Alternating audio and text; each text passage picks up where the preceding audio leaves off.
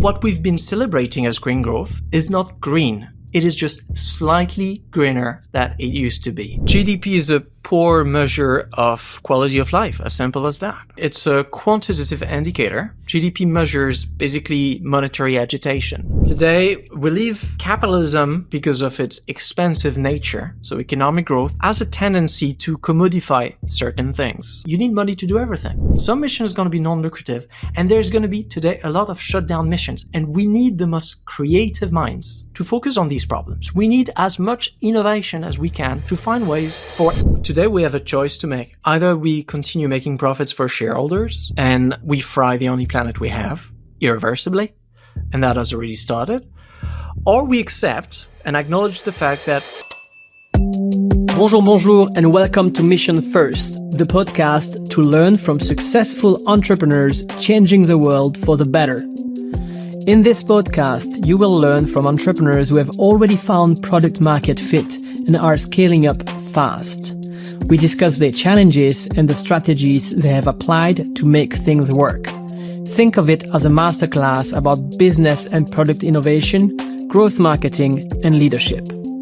I am Gilles Toussaint. I help mission-driven companies exceed their revenue objectives with growth marketing, product-led growth, and LinkedIn personal branding strategies.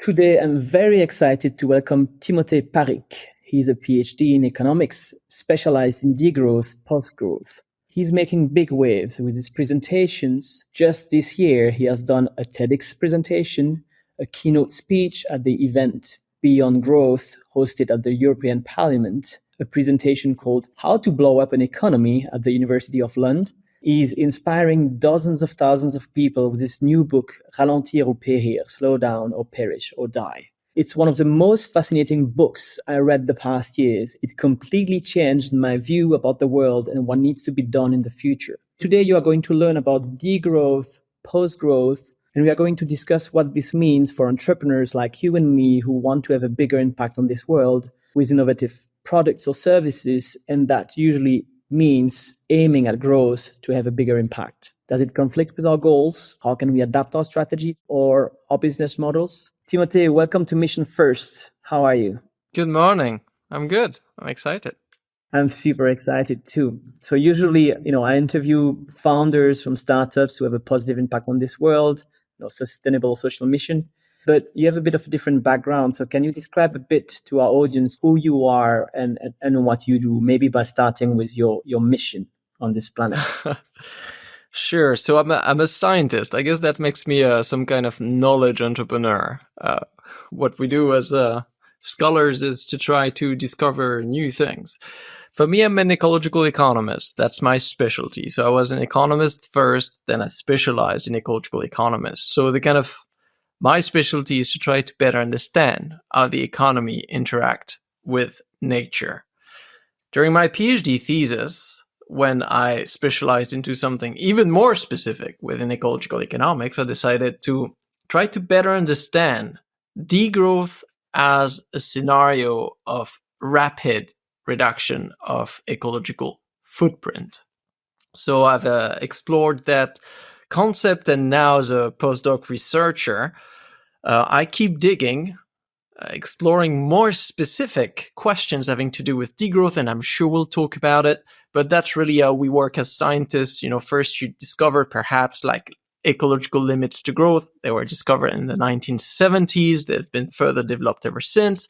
Then some other people specialize in if there are ecological limits to growth, maybe we need to degrow. You specialize in what that means. And now for me, with a community of scholars where, if we have to degrow, how do we adapt some of our institutions? For example, the public finances, how do you pay for public services, pensions, healthcare, all that, which is a very important question. If you're planning to contract your economy, you might want to have this sorted out.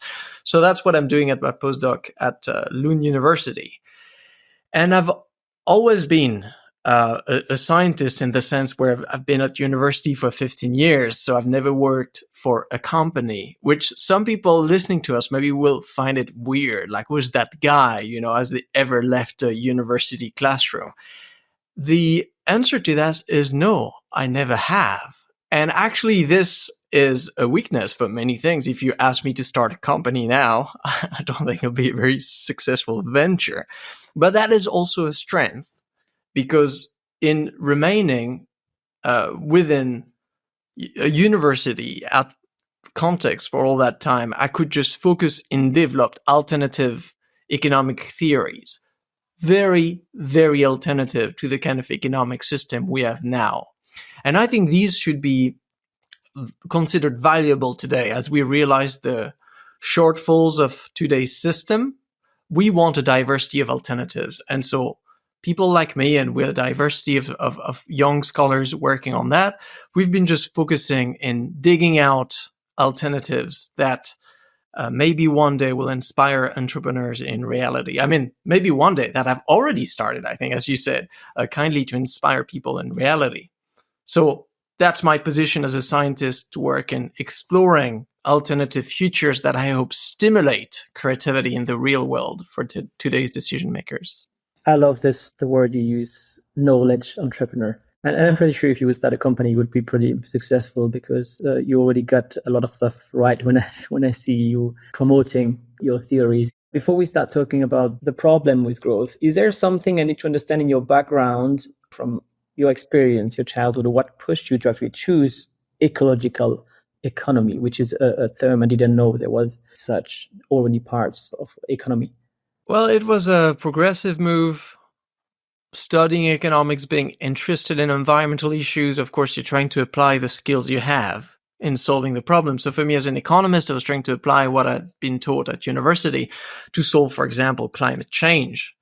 And I realized the tools I had were insufficient, because when you're being taught like basic neoclassical economics at university, you have you have a couple of power in your bag, like you know how to design a carbon tax, but that's pretty much it. I was like, wow, I need much more skills. And that's why I decided to move to Sweden to do one of the very few, masters they had in ecological economics, because I wanted more tool. And then you have a bit of this matrix moment. Do you remember like Morpheus is, giving the red pill, blue pill to Neo? And that was my moment. Or like when you study ecological economics, you take the red pill, which means that it gives you a vision. You see something you didn't see before. And that thing you see is flows of energy and matter. Once I had learned ecological economics, now I'm looking at anything, a company, a household, a market, a financial market, international trade. And I don't only see the euros you would see as an economist. I also see flows of energy and matter. I see these human activities are always embedded within ecosystems. Unfortunately or fortunately, that's an irreversible move. Once you see them, you cannot unsee them. And so for me, when I discovered, you could say, the ecological consequences of our economic mode of organization, I realized, damn, something is going to go horribly wrong at some point. It's like you're a doctor and you see your friend every year is gaining 10 kilos. And you're like, basics anatomy, how the body works. And you see your friend getting like more and more obese every year. And you worry for their health. You're like, damn, like at some point, something's going to give, and that guy's going to die. Well, that's what I've been feeling about the economy for the last 10 years. I'm like, at some point, something is going to collapse, and that's going to be horrendous. So that's why I completely refocused my work in trying to find ways of avoiding that moment where the economy dies. That's exactly what I could describe, what your book changed for me in terms of the view I have about the world. Because as you said, once it clicked, then you start seeing things very, very differently. So let's dive into that. What is the current problem with the growth? Very simply, when an economy grows, it uses more energy and materials. It has been so over time, and so when an economy gets very big, well, then usually the ecological footprint of that economy gets very big too. The problem is that we have, what we call planetary boundaries, because we have finite ecosystems, and these ecosystems have finite carrying capacities. The climate, for example, we know the atmosphere can only absorb a certain quantity of greenhouse gases. If you over-emit, if you go over that threshold, then you risk shifting the climate system. You're warming up the climate, and then you have the bad consequences that come with it. So our problem right now is what we call ecological overshoot. We are overshooting planetary boundaries. We are in the red zone. Imagine you're just going to an elevator and you can only, be like 800 kilos in the elevator. And now we are in this elevator, but not with 800 kilos. We're like 1.6 tons. And we can hear the little, metal cord holding the elevator, like breaking once, like one, ping, like an action film. And we know at some point that's going to break. So our problem right now is ecological overshoot. And when you further grow, because growth is an exponential pattern. So when we say an economy, has a 3% growth, it's 3% growth of the actual size of the economy. So the bigger the economy is, the bigger it gets when it grows. And if you're already in overshoot, that makes lowering your ecological footprint much more difficult.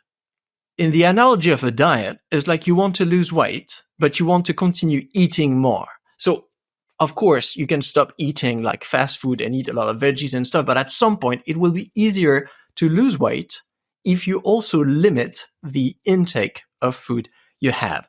So for me today, degrowth is focusing on these overly obese, overshooting countries, which are all high-income countries. So it's a very specific strategies for rich countries to try to put them on a diet. What is the issue with GDP? This was something very insightful from your book. I'd love everybody to hear what the hidden consequences behind the way we calculate GDP. GDP is a poor measure of quality of life, as simple as that. I mean, it's a quantitative indicator. GDP measures basically monetary agitation. So every time you have euros moving around in your economy, GDP goes up.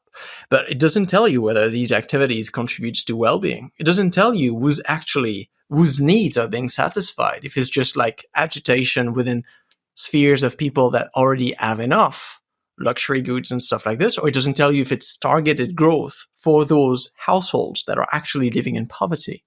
So GDP is a bit of a, measuring activity in a quantitative way at the level of an entire economy. So it's pretty broad. What I think we should do is just accept the fact that GDP is a very specific indicator of monetary agitation, which can be used to measure certain things, but should not be taken as a compass for development.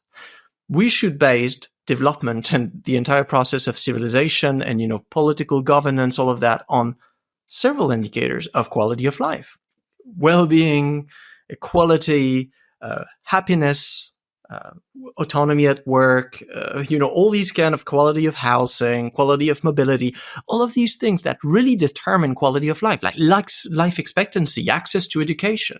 That's what we should be focusing on. I find that today we give too much importance to GDP. I mean, when you hear people like announcing their political program and countries, right? It's always about GDP. Even when we understand that we need to do something about the climate and ecology in general, then people will be like, yeah, I know we're just slowly cooking ourselves to death, but if we emit less emissions, that risk lowering GDP. And I'm like, who gives a shit? Like, yeah, that will lower this imaginary indicator we created in the 1930s. And so in the Excel sheet of a few national statisticians, yeah, GDP will go down. But on the other hand, the climate will stabilize and all the well-being risk associated to climate collapse will just disappear. And that's true development. That's true improvement. So today, I think it's a matter of just re-putting priority first, like social well-being, ecological sustainability. Those are like two primal goals for an economy. All the rest, GDP, inflation, all of that stuff, they're just means of reaching that. And we should not, look at the finger when you're pointing to the moon. The moon is social well-being and ecological sustainability. The means is to make sure your economy is working well. But the goal is not just today we feel like obsessed with making the economy work well. It's like, you bought a very expensive car because you wanted to go somewhere. But then you get too carried away about how cool that car is. And so you're focusing on the engine and you forget that you were actually driving somewhere. You're just looking at like how the engine runs. And now you're dedicating your life to making that engine runs as perfectly as possible. But you're not going in the right direction. And actually you're late for your meeting. So the very first, the purpose of getting the car in the first place has been forgotten. And now we're just completely obsessed about just how smoothly the engine runs, which is cool for economist nerds, but should definitely not be part of the collective imaginary. Hey, just a 10-second break to tell you. I just released a free video presentation to explain the 3 key strategies I use to get 7,500 change makers to follow me on LinkedIn and to reach more than 1 million people this year with my posts. It's free. Just follow the link in the description to download it. Yeah, so we're going to talk about how we have to turn around, actually, as you said, to go back in the right direction. I really love the part about the GDP in your book when you explained buying a drill has a positive impact on the GDP and the economy, as Macron and a lot of politicians would define it as positive, but it has a negative impact if you actually share a drill with someone. What are some factors that are not taken into account in it? Because that was eye-opening reading for me in your book. So GDP counts everything that has a price, and it counts it in proportion to the price it has. This is why for a very long time, neoclassical economists have defended that natural resources are completely unimportant to the economy because they represent such a small portion of national income, which is true. If you look at, for example, the national expense on fossil fuel, it's very tiny. If you look at, let's say, the percentage of GDP of the agricultural sector, you see that it's so tiny. But on the other hand, it seems a bit strange to argue that growing food is relatively unimportant, because if we stop doing that, well, we won't run financial markets or marketing firms, or we won't build cars or anything else, because we will all die of starvation. So somehow GDP is reflecting importance based on prices. Prices are being determined on markets. And historically, we have gotten used to take natural resources for free and seeing nature as a whole as this kind of all-you-can-eat buffet and like, oh, oil, cool, I'll take it and sell it to whatever price is formed on the market, completely regardless of how important that resource is in the broader economy of nature. Same thing, let's say, for what we call ecosystem services. So let's say I buy a forest. I buy a chunk of the Amazon forest. Let's say I buy whole of it. And I'm like, cool, I would love to just turn that into a golf. And so I'm like, I will turn that into a golf, and that's my private property. But what I don't take into account is all the ecosystem services that the Amazon forest was providing, including sequestration and absorption of greenhouse gases, so the kind of lungs of the planet, as we say. Also, the fact that it hosts a diversity of species with this kind of biodiversity wealth. Also, the fact that it filtrates water and do all kind of thing, retain fertile soil. So I'm going to destroy all of that, and I'm going to turn it into a golf. And maybe I will just, open it to access to a few rich people. And in terms of GDP, I have created value because the Amazon forest it sells nothing. So therefore, it has no value compared to my golf course, which I can tell you is lucrative. And so in GDP terms, when you look at the process of destroying and turning the entire Amazon forest into a golf course for rich people, that rings value creation. That rings progress. That rings, a performant economy, which is a bit nonsensical, because if we were to turn every single forest into golf course, I think we'll soon realize that there's going to be a problem. And so GDP is very bad at including the ecological, and it's even worse at including the social that is non-monetary. I'll give you one example that for me was kind of shocking, because as many people in France, we grew up as kids, and and Wednesday afternoon or Saturday, we would go to the local soccer club or playing badminton or whatnot. We learned sport. And I've realized that all of these clubs, amateur clubs, they are run by volunteers. So you realize volunteer work is not included in GDP. It's considered worthless. So if you wanted, let's say, to boost GDP growth in France, you would say all of these amateur clubs, you'd be like, guys, stop running this club to teach soccer to kids and go work at McDonald's. You'll create more added value. But then all of a sudden, the ability, the service for kids to be able to go and, learn sports, meet other people would disappear. Imagine the social wealth that will be destroyed if we were to do this. Imagine also the kind of productivity related skills. So all the team building experience we had at kids, learning how to play sports together. Now you come to a company and you have people that have never done something together. So like we're all completely like, we don't know how to communicate. We don't know how to listen to others. So we're also losing a tremendous amount of usable skills. So in the same way that in my example, we destroy the Amazon rainforest, it looks like good GDP, but it destroys a lot of wealth. Here, if we destroy all of the, sports club, we somehow will gain in GDP because all of the coaches of these sports clubs that go and work for Starbucks and McDonald's now, they will just earn a wage and GDP will go up because they will sell Big Macs and macchiatos. But somehow in the process, we would have gotten collectively poorer. That's the social limits of growth in that case.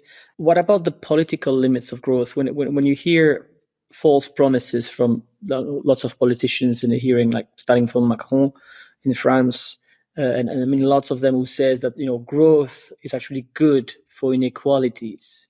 Capitalism and growth has helped to improve a lot of things to a certain degree. When people say we need growth in order to overcome these inequalities, is it really true? It's not factually true. So economists that focus on inequality, the work of Timothée Parrique comes to mind, for example, and there are many others, Jason Hickel, that has worked a lot on global inequality, and that has been looking at in his book, The Divide, of actually the historical record of global capitalism in eradicating poverty, which has done so, but not in as effective as it could have been. We realized that growth is not something that will reduce inequality or eradicate poverty because growth is a macroeconomic phenomenon. And when we look at rates of growth, so if you take France, let's say, and from one year to another, your economy is bigger. But then you need to ask yourself, where is the additional money going?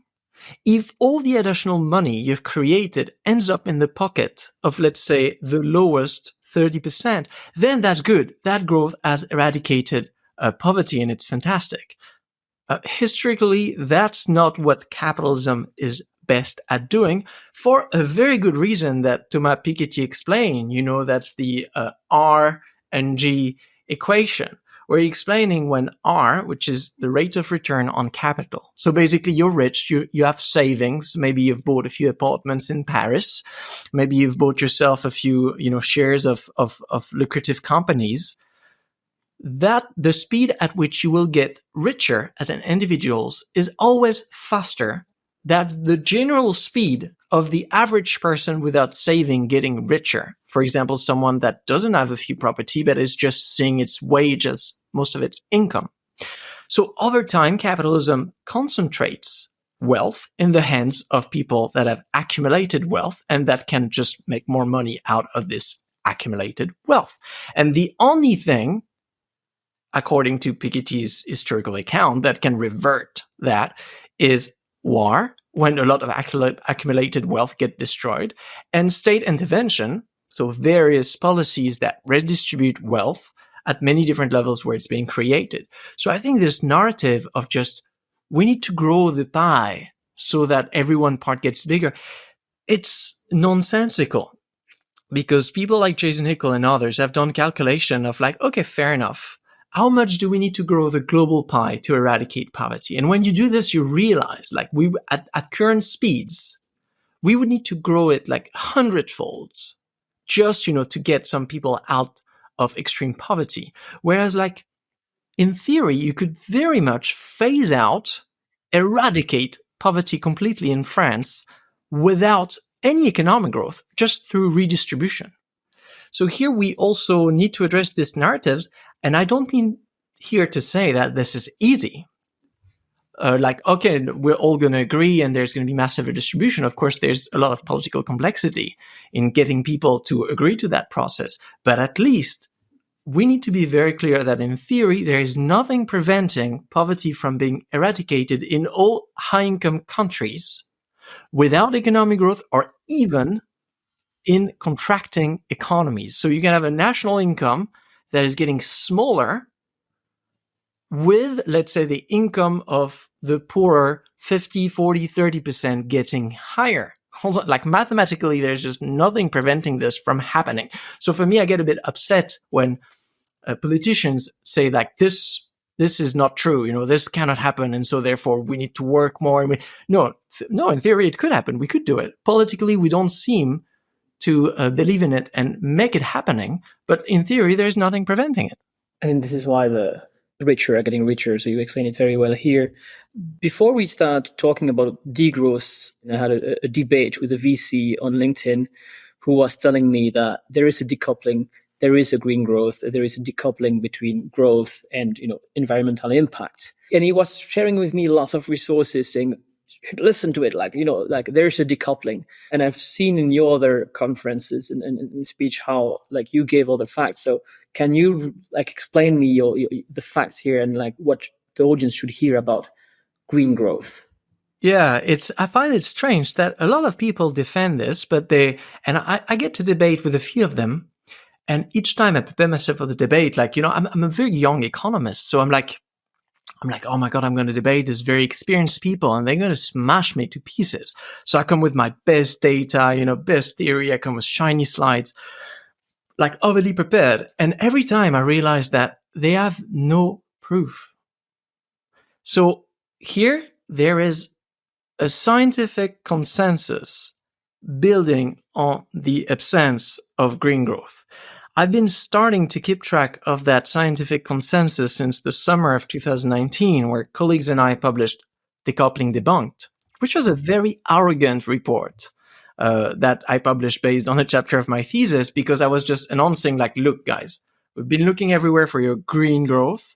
We've not found it. And we don't think it's actually possible for these 7 reasons. If you think we're wrong, and maybe we are, just tell us, just show proof that we're wrong, and then we'll admit publicly that green growth is a thing.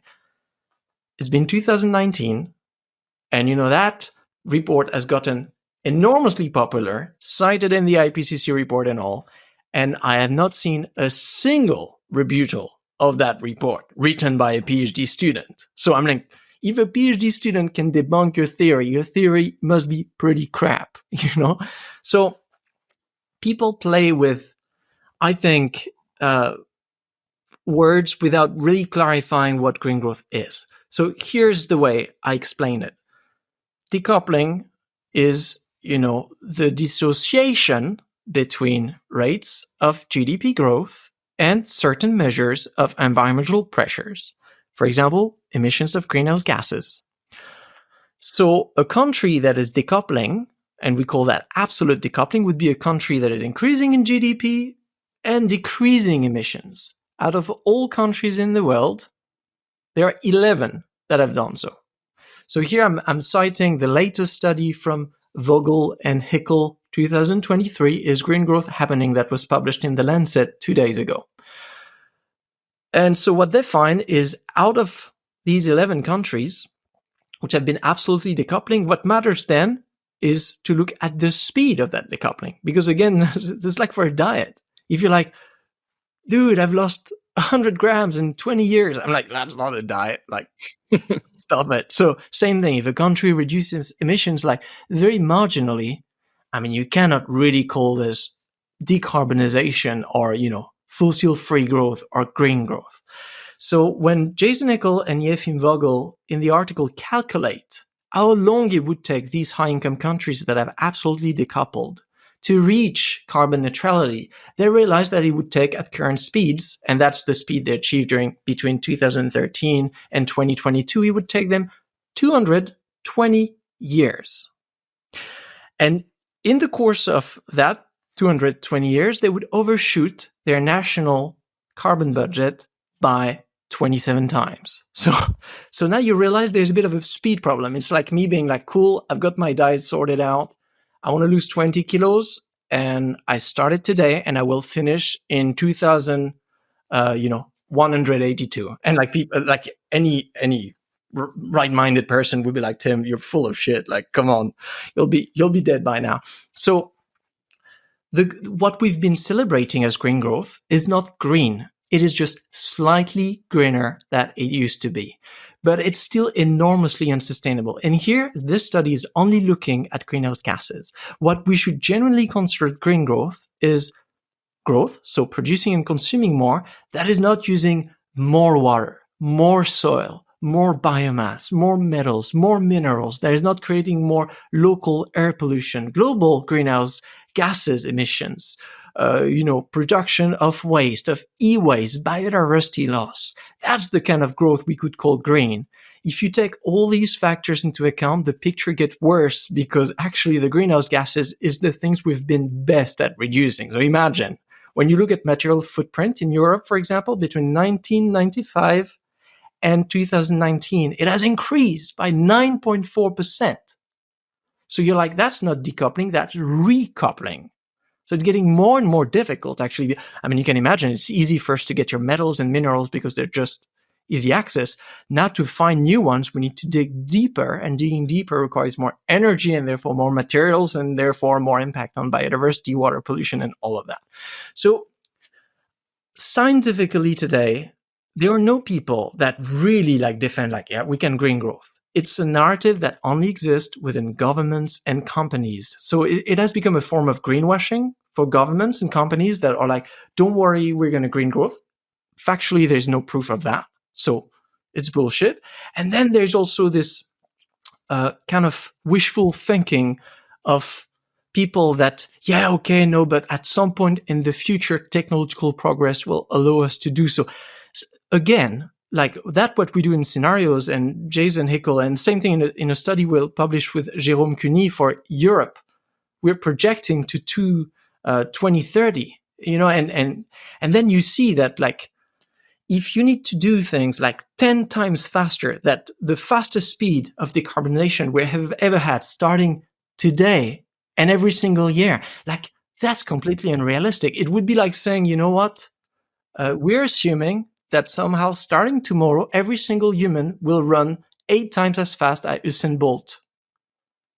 Anyone would tell you I mean, it's not theoretically impossible, but it's a bit far-fetched. Well, same thing, assuming that countries starting tomorrow will all accelerate their rates of decarbonization 10 times over and maintain this speed of decarbonization until 2030 or even further until carbon neutrality is not even wishful thinking. This is science fiction. Everything I hear now, it's very, very clear all the issues we have with growth. How does it look like on a political, social, economic, or environmental level for you? To start, I mean, the way I define degrowth, it all starts with the downscaling of production and consumption. So it will start by, let's say, a country acknowledging okay, guys, we've tried to green, not only growth, but we've tried to render our economy more sustainable. But we realize that at our current scale, we don't manage to reduce ecological footprint. And therefore, we're going to try to reduce certain forms of production and consumption to accelerate the lowering of the ecological footprint. This is basically, your brain announcing you that you're going to stop eating fast food and candies and soft drinks in order to lose weight. That does not mean you're going to stop eating everything and forever. It means, there's going to be for a certain period of time a contraction of certain sectors. And that contraction is going to be so big because we have 50 years of accumulated overshoot that for certain years, there's going to be more contraction than there is growth in sectors. And so at the macroeconomic level, your economy might get smaller. Again, statisticians looking at their Excel sheet might just get a bit of a panic attack saying GDP going down, but that should not worry us because we do this for the sake of getting back to a healthy, sustainable economy. So again, dual goal, social well-being, ecological sustainability. GDP is just a little indicator we should ignore for the moment. And that's the general narrative. Then, of course, it comes with a number of policies, because unfortunately there's not a single button at the Ministry of Economy where you can, shift GDP down like a little bit. No, you need to enact specific policies that will avoid certain activities. I mean, let's say you want to use less cars. So very diverse urban policies to render to build car-free cities. You want to have certain taxes on very heavy and polluting cars to phase them out. You want to incentivize car sharing schemes. You want to invest massively into public transport. You want to reduce, speed limits on highways. All these kind of. You want to make parking more difficult in certain places. You want to have subsidies for people to buy electric bikes. All of these things together should lead to the number of cars in France being used going down. That will be a degrowth policy. That is itself made of 100 different policies. It's not means that these policies are just extra, like we're just all of a sudden doing something very complicated. We're doing them already, except we're doing them in the wrong direction, because all these little policies we have, very often, they are incentives to get more cars. So we're going to subsidize fuel to make it cheap. We're going to subsidize automobile industries, so that they can expand. We're going to finance them. We're going to somehow subsidize highway companies so they can build more highways. We're going to do massive advertisements so people, create a culture where they want to drive cars. So we're doing that already. It's just a matter of keep doing it, but with the opposite goal of actually trying to emancipate from car-based mobility, which does not mean, staying on your couch and doing nothing. It means looking at other modes of mobility and considering avoiding certain kilometers of transport. I give you the best example as a scholar. I think the last generation scholars, even social scientists, would fly left, right, and center to go to random conferences. I mean, my generation is not doing this anymore. Look at what we're doing now. We're doing this online. I mean, I could have just flown to wherever you are and record this in your living room, and I'm sure it would have been lovely. But we're not doing this because we are aware that these kilometers can be easily removed. That's the kind of avoid strategy from the IPCC. So we avoid a travel, which is the most sustainable way of lowering its impact. Even more sustainable than an electric car or a bus or whatever, or a shared car, is just not having to move yourself. Same thing for food, when we're thinking oh, wow, if we can avoid consuming red meat, we just lower footprint, we increase levels of well-being, and that is just the very easy low-hanging fruit. Same thing, to do that, you need a diversity of policy to take into account. So the way I see it is just degrowth is more of the objective, like the diet. And then all the things you have to do is to activate a lot of different switches, some incentivizing more of certain things. We've seen, for example, e-bikes being available to people, and certain things disincentivizing other things like buying massive SUVs. Hey, before you jump to the next part of this episode, one quick info. If you don't want to miss the best strategies for entrepreneurs like you, sign up for my newsletter with a link in the description. You will receive a summary of advice from each episode, get personal recommendations based on your startup stage and industry. And you will also receive my most useful growth and LinkedIn marketing strategies. Just follow the link in the description to sign up. Back to the next part of this interview. The challenge is always to convince the politicians. You mentioned before as well how we don't take into account a lot of things in our capitalist economy, like the quality of lives. So if we have less cars, if we produce less cars, some people will tell you, well, yes, there will be less jobs. What's the most efficient way, in your opinion, to start including the different quality of lives in the system, so that if people earns, €1,000 less, they can still, live? And because that's what probably most people will be, especially when we're talking about, the rich people will probably always say, oh, don't touch my money. That's one thing. But the poorest one will be like, okay, yeah, but what do I do with €1,000 less? I'm not even able to live right now. That's the key challenge, as an economist. So today, we leave capitalism, because of its expensive nature, so economic growth, as a tendency to commodify certain things. So to introduce new product, to, let's say, privatize certain resources, to sell them for money after that, because that's a lot of what for-profit entrepreneurship looks like today. People will find an opportunity to make money. And in doing this, we have locked ourselves into a situation where you need money to do everything. Pay your rent, send your kids to preschool, pay for health, and all of that. So if all of a sudden, the amount of money contracts, then you may find yourself in a situation where you cannot satisfy needs. So here we need to rethink need satisfaction outside of the for-profit motive. And what does that look like? Let me give you a very concrete example, because I think most people right now struggle with housing in big cities because it's so expensive. Why is it expensive? Why is it getting more expensive?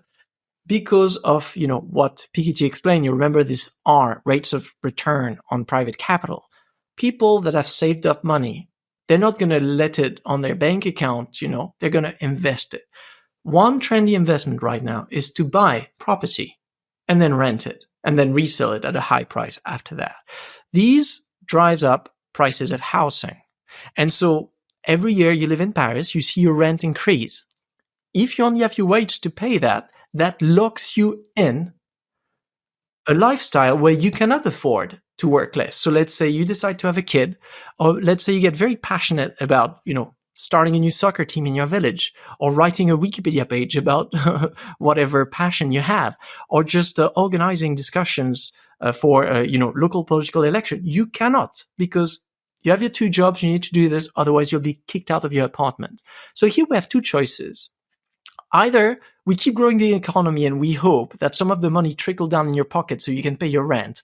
Historically, it doesn't happen. We've seen it. So already that's not going to work, but we can hope that it does.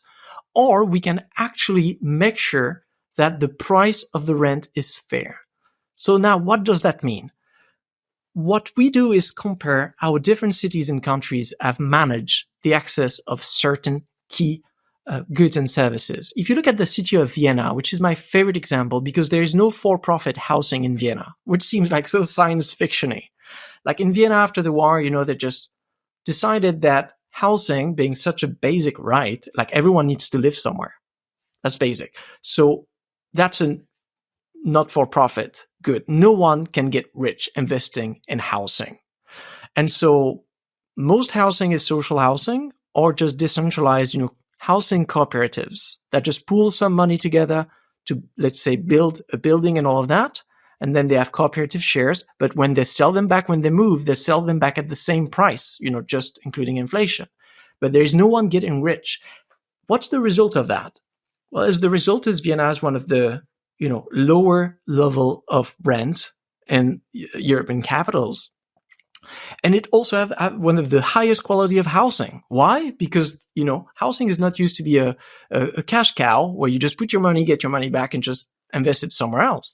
Every surplus being created in the housing sector is being reinvested into making these houses better, more qualitative, which is so important today when we need to do all these new constructions so that, the heating of these houses get more efficient. So again, we see that, let's say, if we were to declare in a country like France, well, housing, here's the cap on price, not a commodity. You cannot invest. You cannot own 12 properties and just use them to to increase your income. That's not possible. Then all of a sudden, the average rent will go down tremendously, which means that, let's say your rent before in Paris was like 1,500 euros. And now it goes down to 800 euros. Then you can afford to work less, like a few hours per week. Your quality of life is not changing because relatively you just have access to the same apartment. But because it's been made cheaper, you can afford to liberate a few of your hours, which were locked into some kind of wage work, to try to start a choir or just to train the local soccer team.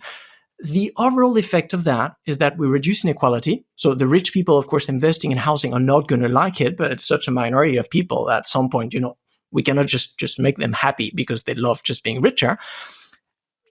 But the overall effect is that rent is getting cheaper for everyone, and we liberate hours to be invested in the social economy. And that's so important because it creates a lot of wealth. All of a sudden, a neighborhood where everyone is working to pay their inflated rent have the capacity to have a free soccer club, a free music school, all these kind of stuff that create a lot of community wealth. This reminds me of the time when I arrived in Berlin 10 years ago. It was already a bit late, but I think 20 years ago, people could live in Berlin and this is why the city had so many artists at the time and was so flourishing, because people could live there with €500 a month. You just have to work a little bit, and then they had time to do all these passionate things about art. When you said the rich, it's a minority, but the problem, it's a minority with a super, super big power and leverage on the economy at the moment. So what do you think is going to trigger them to let down this capitalism idea there? Is it because they influence the politicians massively? Again, I'm quoting Macron here, but if we know where his ties are and where he comes from, you know how he is influenced. So how do you think it has to come from a revolution, which is actually, I think, kind of happening right now in the streets? Does it come from the people? Does it come from does it has to be kind of a violent revolution? Is this the only way it worked in the past? I mean, you had a talk called How to Blow Up an Economy. So I'm sure you have some ideas or some opinions on that, at least. Yeah, it's a complicated Rubik's Cube. And I think here we need the full power of political scientists to better understand all these subtle lobby mechanism and the kind of culture of that very small wealthy class and the way they have to actually obstacles for them to get into this. But I don't see it as a challenge of kind of doing talks to the billionaires in Davos and having to convince them to become philanthropists to change this. History has shown that this has just never been happening, and I don't have much hope that it will happen. And we need to remember that now it's not a matter of having it happening. It's a matter of having it happening in a few years, like now.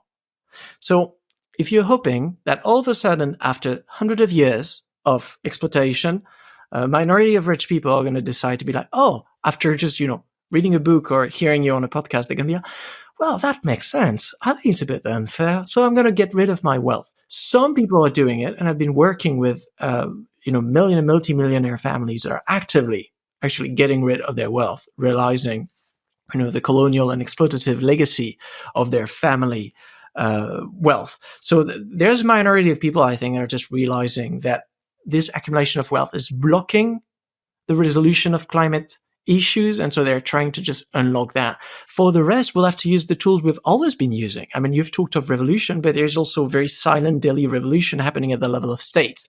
So now you're right to say that, there's a huge power of lobby, and Julia Cagé on The Price of Democracy has really shown this very well.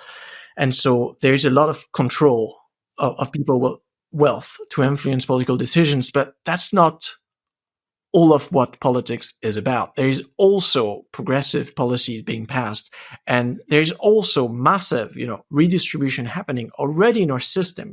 Very old, sophisticated systems of social security and limits of all kind. In France, for example, the économie sociale et solidaire, social and solidary economy, is a very novel legal framework that, although, for a kind of almost post-capitalist looking economy. So I think today we basically, my main point would be, we don't need to wait for that minority to do the right thing. They won't. It's like fossil fuel company. I mean, it's so funny that to say we'll just wait for fossil companies to stop drilling and selling oil. I mean, we've been waiting since basically the 70s. Fossil fuel companies were the first one aware of climate change, and they're digging more than they've ever been digging. And I think, if they have no pressure, democratic pressure to shut down, we'll basically, climb ourselves to a 4 + 4 + 5 + 6 degree Mad Max world. And so what we need is to build democratic pressure with whatever democratic institutions we have. The Citizen Convention for Climate in France was a very good example of that. And to shut down the minority that is basically destroying the future of humanity. That's just a basic thing we do in many other instances, we have a justice system that if there's one single person in a place that is causing havoc and enormous damage to all the others, we'll just not teach self-defense to everyone else and be, okay, guys, here's bulletproof jackets and you need to work on your hiding skills. No, we identify the problem and we take it out. Same thing now. Let's identify the problem. The problem is narrower than we think. It lies within, a few big corporations, a class of decision makers, of wealthy decision makers that just refuses to let it go because it's too lucrative, then we just need to make it legally and culturally impossible for these people to keep doing what they're doing. It's a political maze to understand how to do this, but I think right now that should be the goal. And that's why I like to talk about how to blow up an economy in reference to Andreas Malm, how to blow up a pipeline. Right now, we really need to stop thinking about the transition as a matter of like additions. Let's build nice little renewable energy companies and all these cool cooperatives, and let's not address the problem and try to replace the system. No, that's fine. Over the long term, that's going to be very important. But right now, what we need to do is to shut down whatever is emitting greenhouse gases. We need to remove certain technologies and practice out of existence. We need to degrow the economy. So we need to do this, and then we will fill that space with many alternatives that are already available. This is not, we don't need to wait science fiction for people to invent, nice steady state, not for profit cooperatives. These actually been existing for a very long time. And in some countries, I've talked about France and the social and solidarity economy, the legal framework is already here. So the idea here is democratic pressure and managing to then have the politicians change the policies so that corporates cannot do that anymore. I mean, one of the questions that my audience had on LinkedIn was, how will the largest companies justify waning profits to stakeholders? Most importantly, institutional investors. So in that case, in the European context, it was asking, how do pension fund and large banks would react to degrowth by companies they've invested in? In that case, I guess we are going back to the fact that we just need to let that happen. Or what is being certain is that today we have a choice to make. Either we continue making profits for shareholders. We know how to do this. We can continue. And we fry the only planet we have irreversibly. And that has already started. Or we accept and acknowledge the fact that for several years, these revenues are not going to increase and some of them are going to go down. That's the choice we have. The impossibility of decoupling means that it's a choice. You cannot reconcile the two. And people that have tried have been very bad at showing proof that this can be so. And I've been doing conferences at many of these companies, and I've heard their best argument. I was like really genuinely listening. I was like, show me the proof, show me your numbers, show me your strategy, show me your model. And I was taking the time to look into this. I have not found a single proof. All they have is wishful scenarios of like, we hope this happens. And 80% of that is not even real scenarios. They are kind of marketing depictions of desired futures that legitimate the business as usual. So you could call this some kind of greenwashing. So today we need to acknowledge the fact that during a period of transition, there's not going to be a win-win-win. That's the thing. Sustainable development as a concept since the late 80s was built on that concept of win-win-win. We do things and everyone works, energy gets cheaper for households, you get profit opportunities for new companies, the emissions go down and the government's revenue goes up and health costs for the governments go down and it's all happy and nice. I think today we've reached a point where we have to acknowledge the fact that, we're going to do some massive modifications. And some people are going to get relatively worse off than they were before. And that's where the fairness of that transition is so important. Whatever you touch, if you touch the mobility sector, if you touch education, if you touch public finances, you need to make sure that the people that get worse off are not the people that are already at the bottom today, because that's unsustainable. And that's just unsustainable in the sense of it defeats the purpose of an economy, which is to satisfy its need. So basically, you want to make sure that the people that are better off today will be worse off in the sense of those people are the ones that can shoulder that transition best. They're in a space of high comfort, high security. They can see their income go down.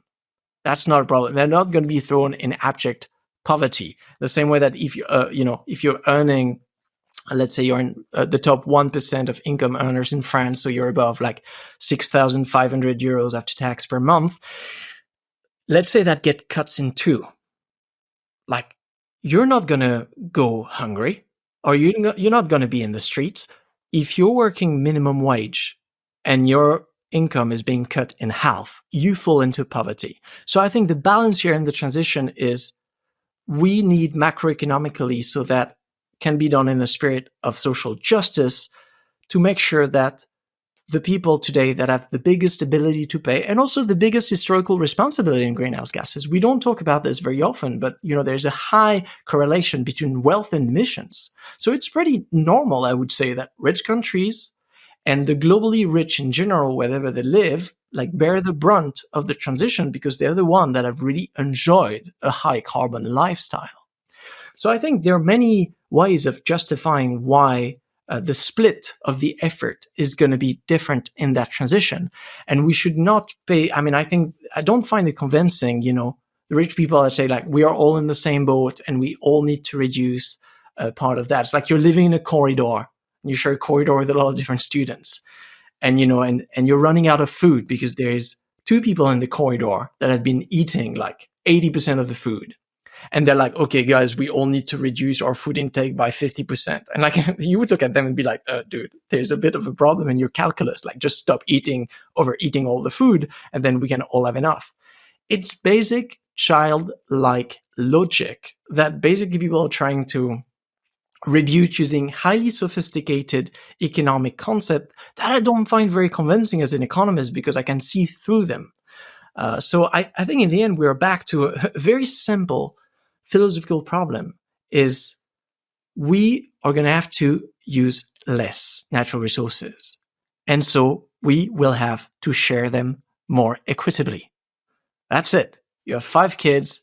There were just 10 toys. Now there's just, 4 toys. If you want every kid to be able to play, you have to share the toys. We've all learned that in elementary schools.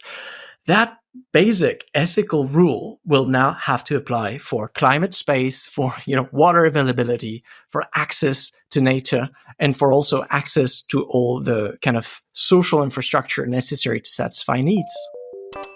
If this podcast helps you, please do me a huge favor and click on the follow button on your podcast platform. It helps to grow this podcast faster and to convince the most impactful entrepreneurs of the world to join me in these interviews so that you and other entrepreneurs can learn from them. You are tackling a very important thing here. It's the efforts have to be different on the different countries. So my follow-up question here is 2 questions actually. From the myth I heard a lot from people arguing about degrowth that I saw in your presentation. Degrowth is not recession on one side, and people think they're using degrowth is going to be degrowing. But in some of the charts you saw in some of your conferences, you explain how the growth is going to degrowth, and then we find stability in the economy when it keeps on going up and down with some stability. Can you explain a bit more here what you mean by the difference between degrowth and recession, and especially what's for the poorest country? Do they need to degrow in that system that you're referring to, or that you're wishing we go to? Yeah, so people are going to hate me because I go back to the analogy of the diet all the time. But here, degrowth, if we compare it to a diet, and it's very similar in logic, it's going to be temporary. So you're not going to degrow forever. The goal is to degrow to what we call a steady state. Some people refer to this as post-growth. So you're a country in ecological overshoot. You need to get back within planetary boundaries. So for a certain period of time, you're going to reduce production and consumption to the point where you actually get to an economic scale that can be made biophysically sustainable. Then there's no point continuing your diet. Then you enter the post-growth mentality. Of course, you don't want to fall back within exponential growth patterns, because otherwise you're going to cross planetary boundaries again. That is laws of physics, infinite economic growth within finite planet historically doesn't go very well. Something at the end always have to give. And so your economy is going to oscillate. And the idea of a dynamic steady state is, I think, quite inspiring to rethink the very purpose of an economy. Anthropologically, an economy is the social organization of needs satisfaction. I dare everyone listening to us to think about all your needs. You'll think about, the stuff you need to eat, the medicine and the doctors you need to see when you're sick, the house you need to have. I dare you to find me one need that is just growing exponentially. even sickness. You would fall sick, then you need to have access to medicine and a doctor to fall back within health. Equilibrium is restored. You go hungry, you need to find a finite amount of food. Healthy access to food. You don't need an exponentially growing amount of food, like 10% every year. Same thing, let's say you're poor in terms of mobility and you cannot go where you want to go. Then you get yourself a bike or, access to a tram or whatever, and then you can go from A to B. You don't need a 3% yearly rate in the production of bikes infinitely.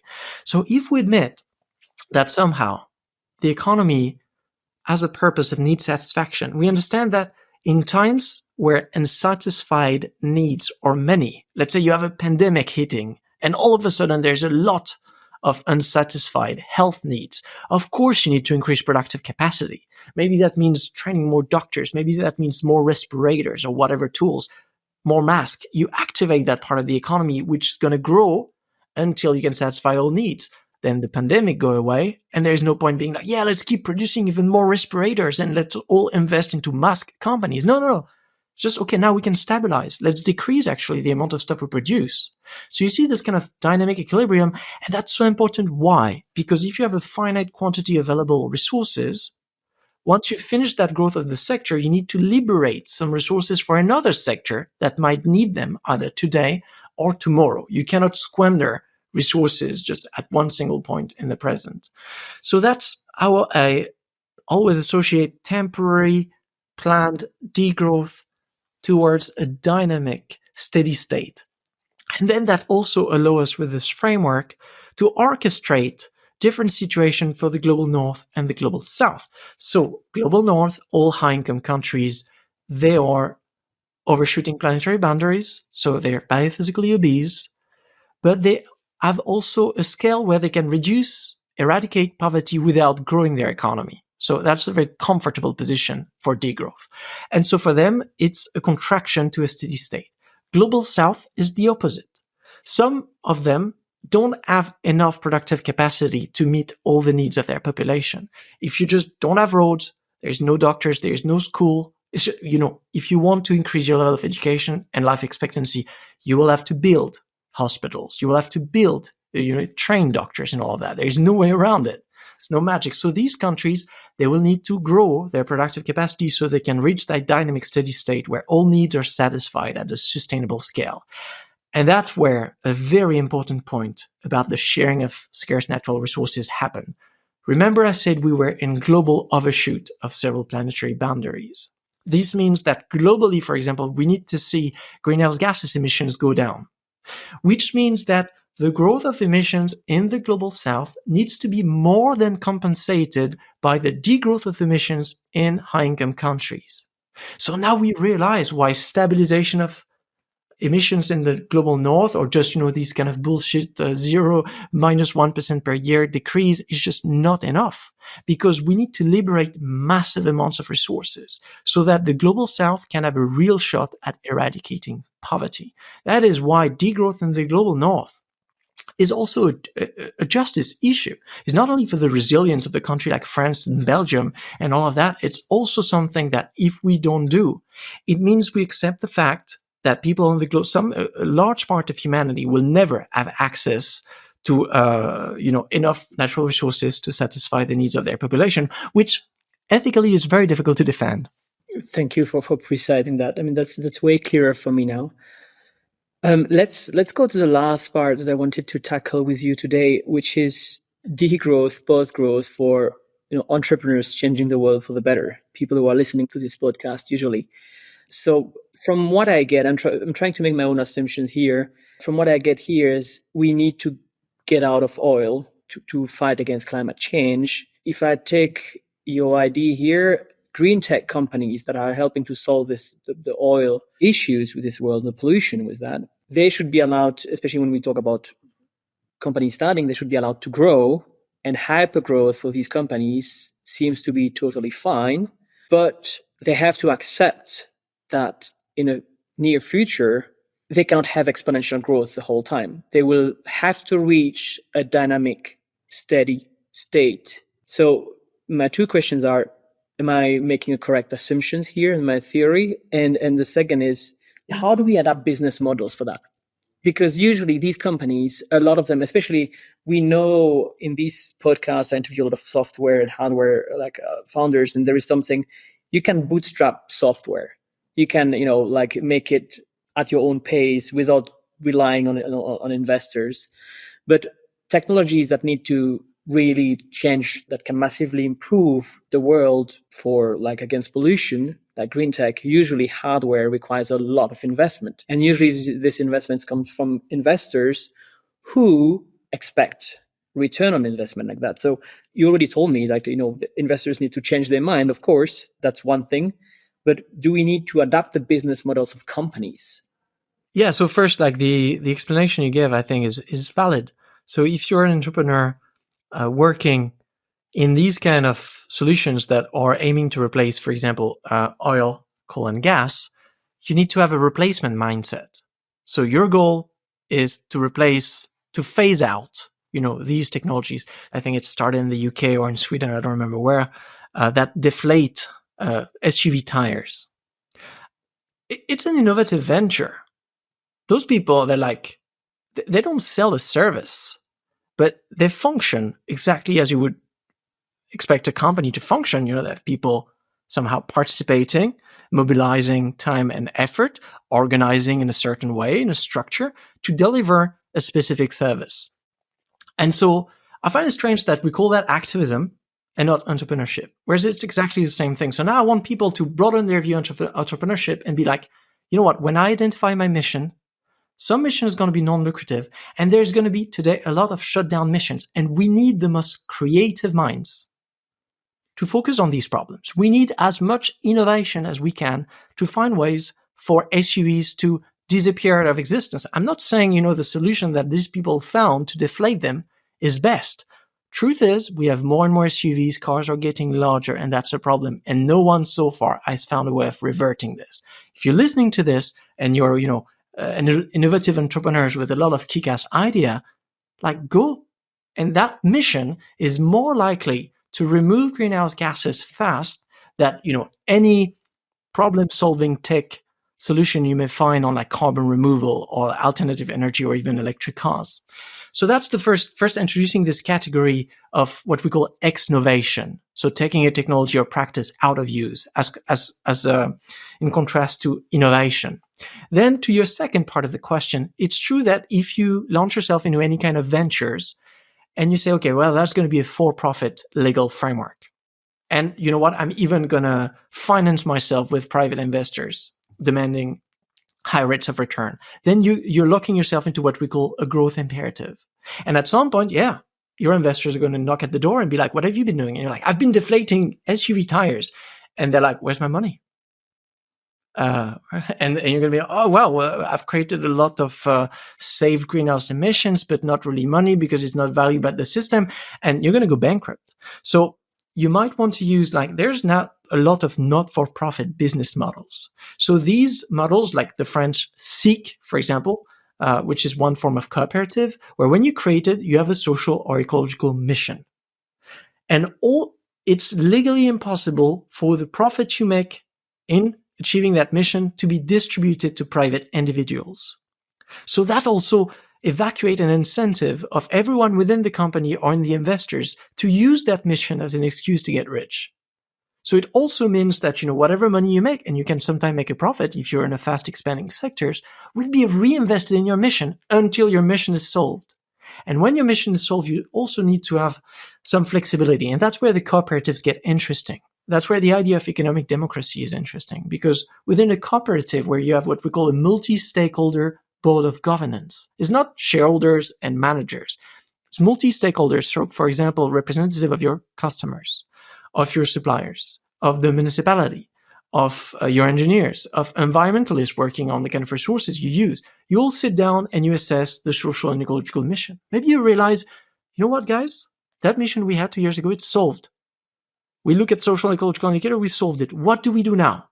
And you can have what we call these kind of redirection écologique, ecological redirection, repurposing of a company. And this agility is so important in a well-being economy because again, the company could be like, well, let's keep making more money out of that first mission we had. But since you're a not-for-profit company, there's no point because no one can appropriate this money. So rather you be like, okay, what mission should we tackle now?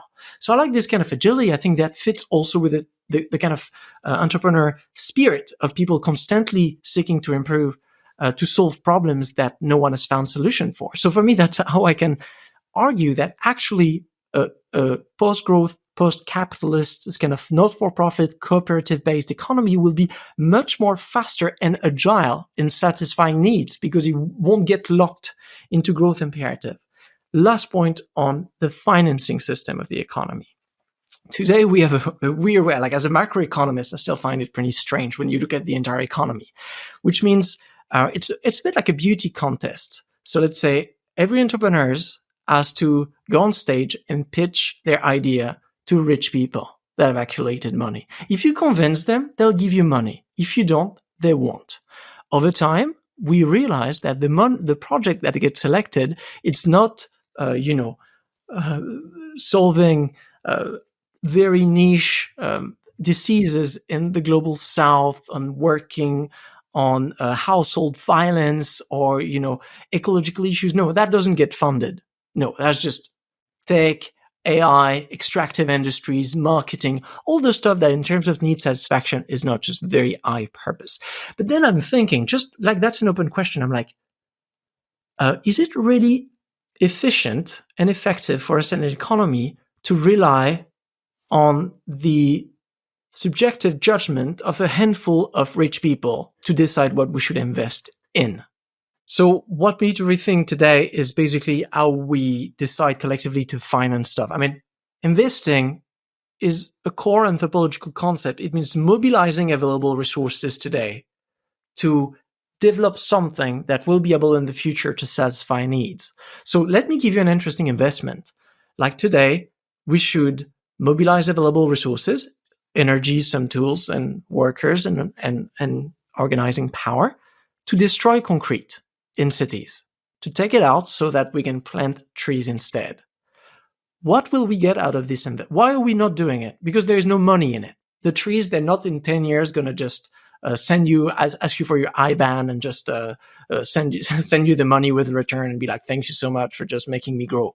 No, what you're going to create is cooler cities with shadows, city with biodiversity, cities that can filtrate water better, that are more resilient to flood, that can absorb carbon, all of that. Also, all the kind of cultural and aesthetic aspect of living in green cities and the good it makes, especially when you grow up and all of that. So that's a true investment that reaps a lot of benefits. We're not doing it today because we're asking a minority of investors what they want, and what they want is to get richer because what they get used to. In doing that, we're actually getting faster and faster towards an ecological cliff. So I think today we need to have a very difficult discussions about phenomenon of investment and accept the fact that there should be different kinds of investment. The one for the ecological transition cannot be reduced to a kind of positive return, short-term investment. It doesn't fit these kind of profile. You need to be organized with an organization with a longer span, even a longer span than the state itself. I like, the central bank, we all know how the central bank works. And the central bank is kind of have a longer span than the state. It's just focusing on one thing, preserving monetary stability. Imagine having the equivalent of a central bank, but for nature, a kind of like nature bank.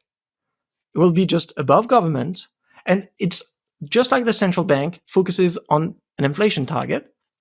Your nature bank will focus on a certain kinds of ecological stability, which involves in rich countries a downscaling of ecological footprint.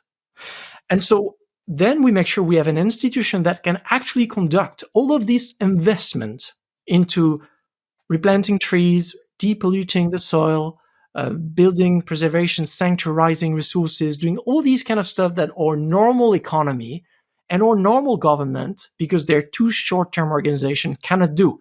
And of course, politically, we need to make sure that this nature bank is able to appropriate parts of available resources to do these kind of investments, just like, we have the International Monetary Fund and the World Bank and all of these that finance themselves out of, countries' economic activity. So I think it's not beyond the realm of our imagination to imagine like we just need to apply the kind of same logic of preserving the common good by creating some kind of meta-organization. But we need to do it one that will be the protector of the habitability of the earth. And I'll add it.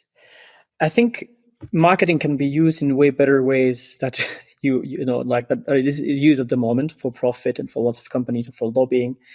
And I see a shift as well in the term of like new investors. You can see Team for the Planet in France. They have now hundreds of thousands of investors who are expecting no ROI. They are using marketing very well actually to grow that. And I think awareness is key for that. What is the example of multi-stakeholders, non-profit company, like the ideal company that we want to have in the future? Because I think it's very important. If we show examples, then it's easier to lead towards that direction. Do you have one company in mind that is actually representing that ideal company for you now? Association or service or? I recently read, I mean, there are many of them. None of them that I think people will know, because it won't be a surprise to know that global corporation or very known brands don't function like this. But small examples, one I've read recently was this housing cooperative in Toulouse, and Toulouse in the south of France. And how did they work? Is just they realized that, well, housing is unaffordable. We also don't want to get locked into this growth imperative. So you know what? We're going to become housing entrepreneur. So as a group of whatever, 30, 40 people, they pool themselves like the savings they had to buy houses. They also applied to various funding and crowdfunding of some kinds. And it's like, we're going to build our own housing cooperative. So they had their building built just like a normal housing company would do. And then once this is that, they reimbursed a loan that they had here and there. And then once they've done this, they've maintained somehow access to that cooperative at stable price. So you move out, you resell your share to new people moving it at the very same price. It is completely emancipated from market prices, which protect you. And it does the very same thing. I mean, every housing company could follow the same model. The only difference would be so that will be much more affordable housing for everyone, much more agile adaptation. When you look at the actual building they've built, it's wonderful. They have a shared garden, they have shared guest rooms, they have all the shared tool libraries, bike rooms, all these kind of tools that I think many people will find enjoyable because they allow you to satisfy needs that we cannot currently satisfy when you're living in your 22 square meters crammed in Paris, and you have to share a bathroom on the floor and you don't have access to a single garden. So here we realize that quality of life goes up, you get protected. If there's an economic crisis, you get protected because you've built this kind of economically secured need satisfaction, where there's no landlord that's going to be, I've just decided your rent is going to go double because, that's how it goes, which any landlord can basically do in these big cities when you have fast changing prices. They're protected against this. So now I'm thinking the same logic of not-for-profit cooperative venture, which is basically a not-for-profit legal status added to a democratic stakeholder management, where the people using the resource make the decision about the resource. Is not, the owners of the means of production that is just deciding we do whatever is good to maximize exchange value, so financial wealth. It's just the user themselves, as commoners, we call them, in the theory of commons, that just go together and decide how to best maximize the well-being of that economic infrastructure we are governing together. What's your view on how many years we have left before to react, basically? Because I was drawn into that the past couple of weeks, and it's kind of scary when we're talking about +3, +4 degrees from the IPCC report at the end of the century. I read that actually some of the new models right now are coming up with 10 to 15 years before that happens. Because you are, an ecological economist, I guess you are aware more than I am of the latest report on that. How long do we have? How quickly do we need to react? As an ecological economist, I spend a lot of time reading reports of ecological health. And the true answer to that is that we have until the 1970s. So that's when we should have acted to avoid ecological overshoot 50 years ago. That's, when like bossy people in a company, they ask you for a report and you ask like, for when do I need to do this? And they're like, yesterday. Well, that applies to the ecological transition. When is the deadline? In the 1970s. So you're like, oh, fuck. So we're extremely late. There's been some irreversible damage that can already be felt. Not in all rich countries, even so now we see some extreme events happening. I mean, the heat waves in France, the forest fires in Canada, these kind of events, they are the consequences of past, emissions of greenhouse gases that led to global warming. That's now a scientific fact that has been well studied and explained by scientists cited in the IPCC report. So the question of like how many years we have, I think should not even be asked. Like, we don't have any years, and the life of people, unfortunately, in the global south. So that's the problem with the climate change. When you look at historical responsibility, most of it comes from the global north. They're together responsible for 92% of historical emissions. But when you look at the impact in terms of human death and degradation of quality of life, it's mostly for the poorest people of the global south. So we don't feel it. I mean, I'm not a Somalian fisherman that saw, fisheries collapsed decades ago and had to become a pirate because my historical livelihood was just threatened and I had no economic agility to kind of shift to another sector.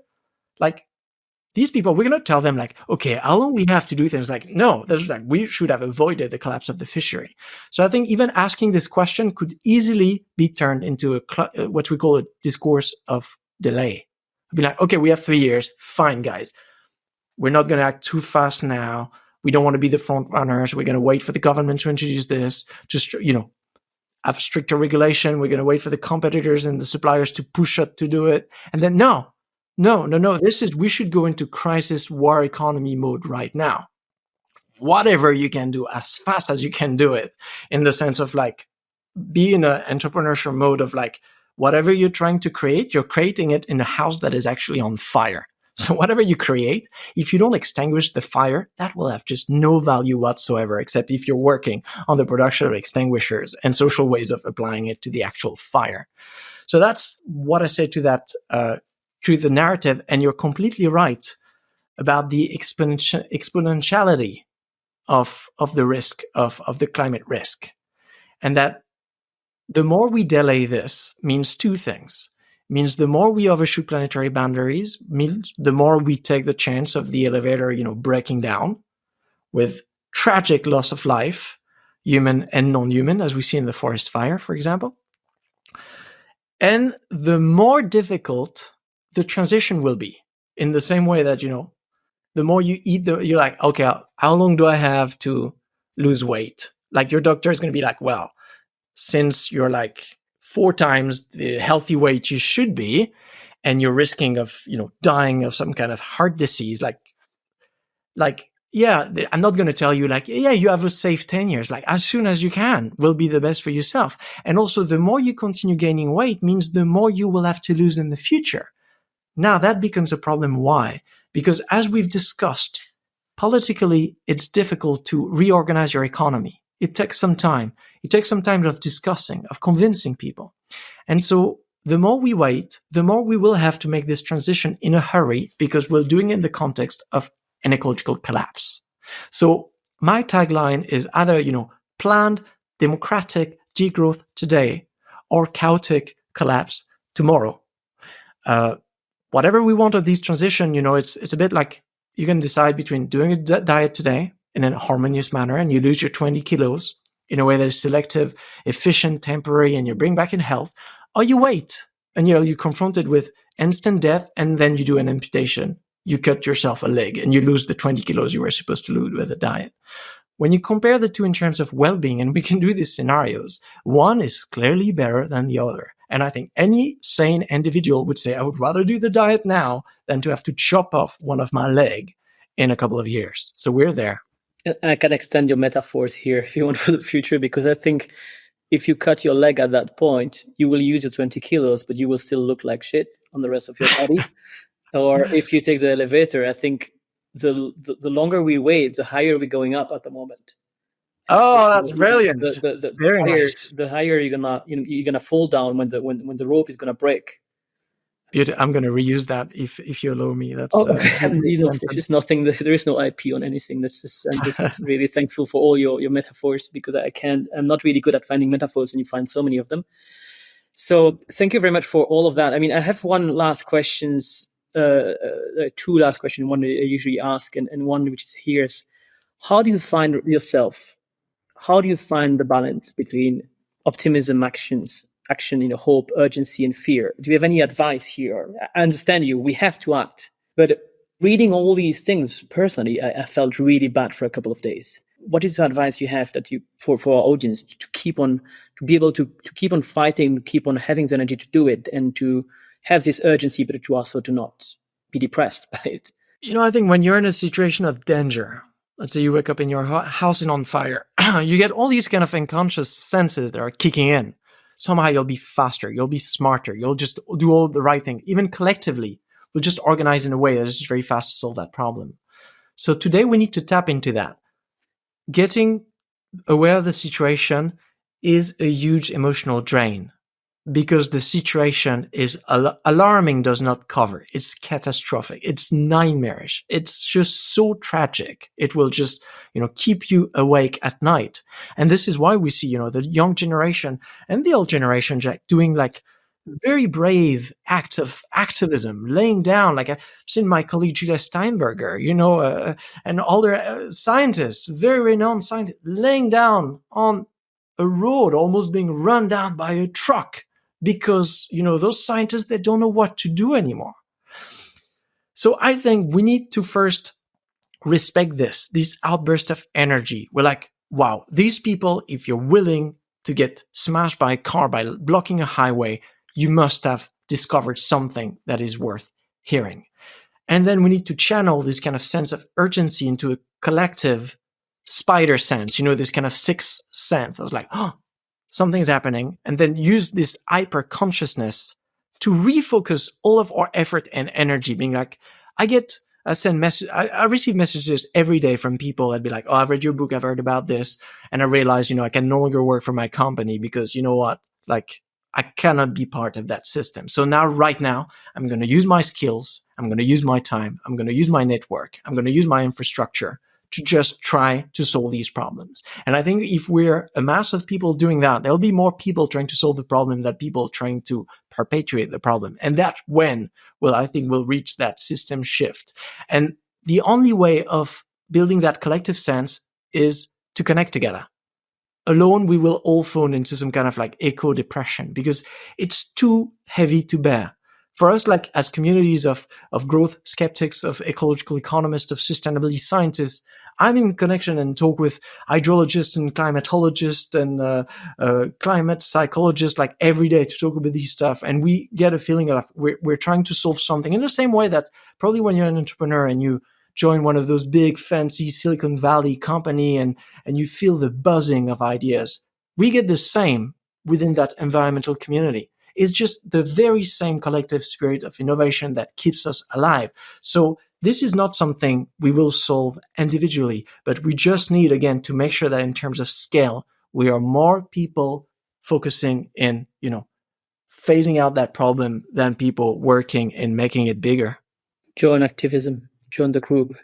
Can you tell me one thing about you that I wouldn't be able to find out online? Oh, wow. Many things, I guess. I can do a backflip on a mountain bike. You can do a backflip on a mountain bike? Yeah, that's one of my favorite pastimes. It's called slopestyle mountain biking, and you build jumps, and you go on a mountain bike with a helmet and everything, and at a high speed, and you do some tricks, 360s, front flips, backflips, Superman. It's very fun. That's how I get my head out of academic matters and the impending doom of life on Earth. I can't wait to see a video of that online from you. That'll be the next step, recording a podcast while I'm riding my bike. Yeah.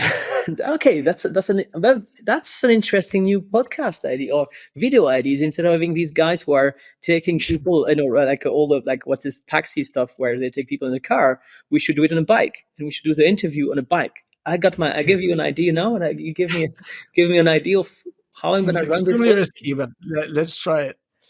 Then, I mean, thank you very much. Thank you so much, Timothée. One thing, for the audience here, you released a book called Ralentir ou Périr, Slow Down or Die. Can you tell us where they can find it? When is it going to be available in English? Because I read it in French because I have the chance to speak French. Where can people find you? When can they learn more about your work or your theories? So I've got a website, timotheeparrique.com, where I try to gather all the lectures, podcasts, and stuff that I've done.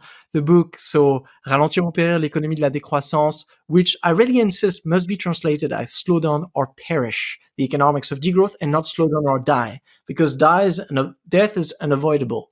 But perish, which is to die in an accident, can completely be prevented. And so the Spanish translation comes out next month. There will be a German, Chinese, Vietnamese, and Korean translation coming out next year. And the English translation, still under negotiation, I hope will also come out in 2024, so you'll be able to read about it. And in any case, I've started to write a second book, which will come out in both English and French at the same time. Amazing. Thank you very much for your time today, Timothée. And I wish you a beautiful day, and keep on doing the amazing work you're doing in raising awareness about degrowth, and keep on working on these new ways and influencing us on also showing us the way forward. Well, thank you for the lovely talk. Hey, if today's episode was useful, share it with your entrepreneurs' friends so that we can all have a bigger impact on this planet. And give it a 5-star on Apple Podcasts. That will make my day. Thanks so much in advance. Have a nice day.